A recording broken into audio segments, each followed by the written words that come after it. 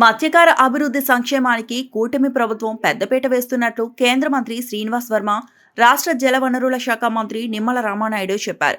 పశ్చిమ గోదావరి జిల్లా నర్సాపురంలో ప్రపంచ మత్స్యకార దినోత్సవాన్ని పురస్కరించుకొని నిర్వహించిన సభకు ప్రభుత్వ విప్ బొమ్మిడి నాయకర్ అధ్యక్షత వహించారు. ముఖ్య అతిథిగా విచ్చేసిన కేంద్ర మంత్రి శ్రీనివాస్ వర్మ మాట్లాడుతూ, మత్స్య సంపద ఎగుమతి వల్ల ప్రభుత్వాలకు ఆదాయంతో పాటు లక్షలాది మందికి ఉపాధి లభిస్తుందన్నారు. ఈ సంపద హరించుకోకుండా కాపాడవలసిన బాధ్యత అందరిపై ఉందన్నారు. మత్స్యకారులకు ఆర్థిక తోడ్పాటును కల్పించిన ఘనత కూడా కూటమి ప్రభుత్వానికే దక్కిందన్నారు. మంత్రి నిమ్మల రామానాయుడు మాట్లాడుతూ, ఎన్నికల్లో మత్స్యకారులకు ఇచ్చిన హామీలు అన్నింటినీ అమలు చేశామన్నారు. రానున్న రోజుల్లో మత్స్యకార గ్రామాల్లో మరిన్ని గురుకుల పాఠశాలను ఏర్పాటు చేస్తామన్నారు. అనంతరం 13 కోట్ల విలువ చేసే వేట సామాగ్రి, బోట్లు, వాహనాలను సబ్సిడీపై మత్స్యకారులకు పంపిణీ చేశారు. ఈ కార్యక్రమంలో జిల్లా కలెక్టర్ నాగరాణి, రాజ్యసభ సభ్యులు పాక Satyanarayana, minority corporation chairman Sharif, మాజీ ఎమ్మెల్యేలు బండారు మాధవ్ నాయుడు, కొత్తపల్లి జానకీరాం, జిల్లా టీడీపీ అధ్యక్షులు మంతిన రామరాజు, టీడీపీ ఇన్ఛార్జ్ రామరాజు, రాష్ట్ర మత్స్యకార సహకార సంఘాల చైర్మన్ కొల్లు పెద్దిరాజు, జిల్లా మత్స్యకార సొసైటీ చైర్మన్ మైలా వసంతరావులు, డీఎస్పీ శ్రీవేద తదితరులు పాల్గొన్నారు.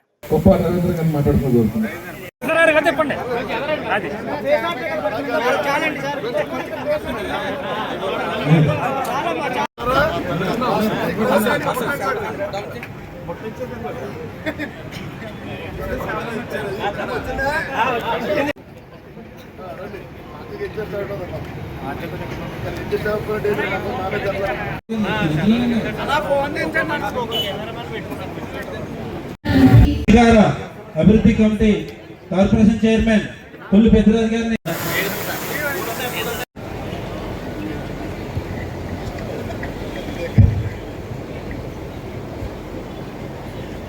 ఈరోజు మన కలెక్టర్ గారికి, నాగరాణి గారికి, అలాగే ఆయా హోదాల్లో సభను అలంకరించిన పెద్దలందరికీ కూడా పేరు పేరు నమస్కారాలు తెలియజేస్తున్నాను. అలాగే నా ముందున్న సోదరి మనందరికీ కూడా పేరు పేరు నమస్కారాలు తెలియజేస్తూ, ఈ కార్యక్రమానికి సభాధ్యక్ష వహిస్తున్న మన శాసనసభ్యులు శ్రీ బొమ్మిడి నాయకరావు గారికి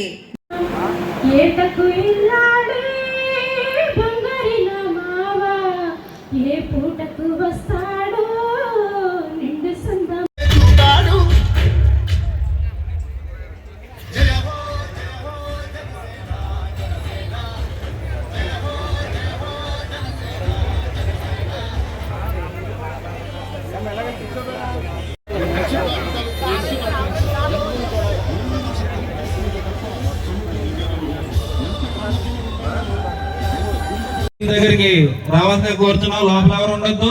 దయచేసి ప్రతి ఒక్కరు కూడా మీటింగ్ ప్రాంగణంలోకి రండి.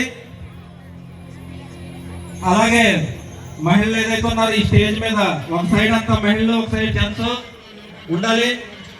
అదేవిధంగా ఆర్గనైజింగ్ కమిటీ చూసుకోండి. ఒక పక్క అంతా మహిళలు, ఒక పక్క జెంట్స్. చేకూర్చేలాగా నేను సంపూర్ణ బాధ్యతను నేను తీసుకున్నాను.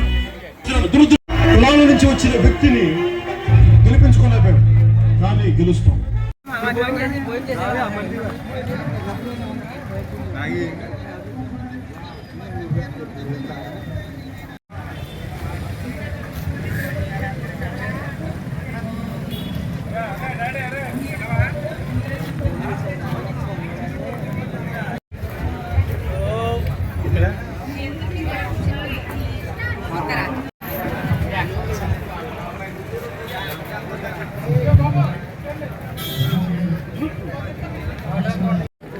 నాయకుడి గారికి అలాగే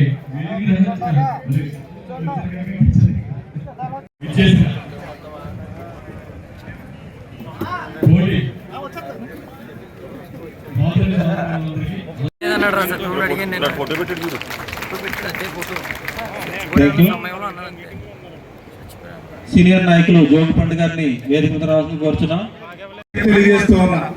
ఎందుకంటే ఈరోజు వ్యవసాయం ఏదైతే ఉందో అటువంటి వ్యవసాయానికి సమాంతరంగా మరి అభివృద్ధి చెందగలిగేటువంటి శక్తి ఈరోజు ఏదైతే ఆక్వా రంగానికి ఉన్నటువంటి పరిస్థితి, మత్స్య మరి ఏదైతే సంపదకు ఉన్నటువంటి పరిస్థితి, అటువంటి ఆక్వా ఏదైతే ఉందో అటువంటి మత్స్య సంపద మీద ఆధారపడినటువంటి మత్స్యకారులు ఎవరైతే ఉన్నారో మరి అటువంటి వారి జీవన ప్రమాణాలు అయితే ఇంకా ఖచ్చితంగా పెరగవలసిన అవసరం అయితే ఖచ్చితంగా ఉంది.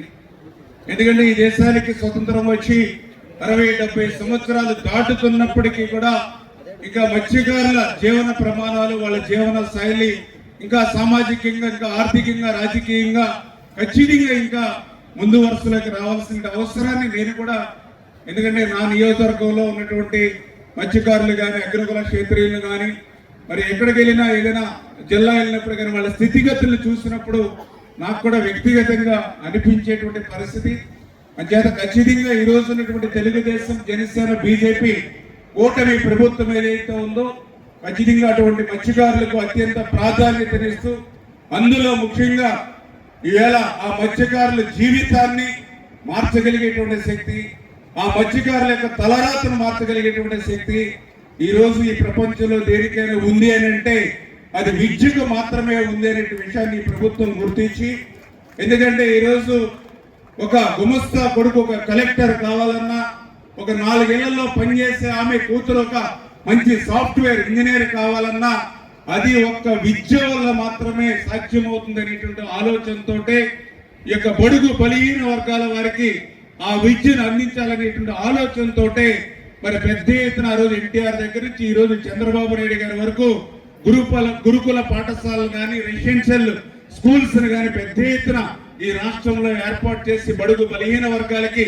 విద్యను, ఒక నాణ్యమైన విద్యను అందించేటువంటి ప్రక్రియ కానీ, అందులో ముఖ్యంగా ఏదైతే మత్స్యకారులకు సంబంధించి కూడా అటు శ్రీకాకుళం, విజయనగరం, విశాఖపట్నం, పశ్చిమ గోదావరి, గుంటూరు, ప్రకాశం వంటి జిల్లాల్లో కూడా మత్స్యకారులకు రెసిడెన్షియల్ స్కూల్స్ ని కూడా మరి ఏర్పాటు చేసినటువంటి ఘనత కూడా మరి యొక్క తెలుగుదేశం, జనసేన, బీజేపీ కూటమి ప్రభుత్వాన్ని జరిగిన విషయాన్ని కూడా మరొక్కసారి ఈ సందర్భంగా తెలియజేసుకుంటూ, అందులో భాగంగానే ఏదైతే ఈవేళ ఆంధ్రప్రదేశ్ రాష్ట్రంలో మత్స్యకారులకు సంబంధించి ఇప్పుడే మన నాయకర్ గారు అదేవిధంగా మన పెద్దలు చెప్పినట్లుగా 217 జీవో ఏదైతే ఉందో ఈ యొక్క మత్స్యకారుల జీవన శైలికి, జీవన ప్రమాణాలకు ఏదైతే ఆటంకంగా ఉందో దాన్ని కూడా ఈరోజు ఈ ప్రభుత్వం ఇచ్చినటువంటి మాటకు కట్టుబడి 217 జీవోను కూడా రద్దు చేయడం.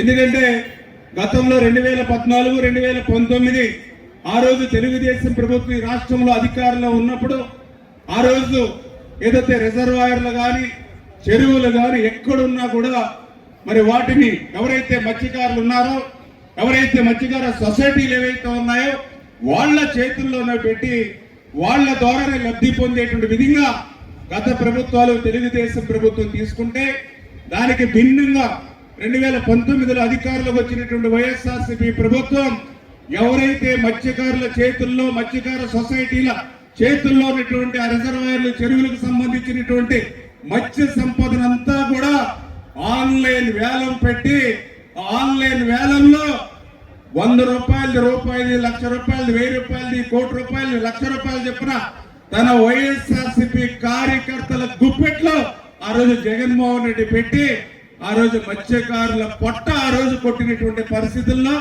మళ్ళీ ఈరోజు తెలుగుదేశం, జనసేన, బీజేపీ కూటమి, అందులో ప్రత్యేకించి మరి ఆ రోజు ఉన్నటువంటి మరి జనసేన నాయకులు మన పవన్ కళ్యాణ్ గారు కూడా దీని మీద ప్రత్యేకమైనటువంటి శ్రద్ధ పెట్టి ఆ రోజు ఆంధ్రప్రదేశ్ రాష్ట్రంలో కూడా పెద్ద ఎత్తున సభలు కూడా పెట్టి ఏదైతే మాట ఇచ్చారో ఆ ఇచ్చినటువంటి మాటకు కట్టుబడి ఈ రోజు ఆ 217 జీవోను రద్దు చేయడమే కాదు, ఏదైతే మత్స్యకార సంపదకు నిలయమైనటువంటి ఆ చెరువులు, రిజర్వాయర్లో ఈ రోజు ప్రభుత్వమే చేప పిల్లలను సైతం ఆ రిజర్వాయర్లో వదిలి ఆ మత్స్య సంపదను పెంచి ఆ మత్స్యకారులకు ఉపాధి అవకాశాలను పెంచేటువంటి విధంగా ఈ ప్రభుత్వం చేస్తున్నటువంటి కృషిని కూడా మరి ఈ సందర్భంగా మీ ద్వారా అందరికి కూడా మరి తెలియజేసుకుంటూ, మత్స్యకారులకు సంబంధించినటువంటి వేట నిషేధ సమయం ఏదైతే ఉందో గతంలో 10,000 రూపాయలు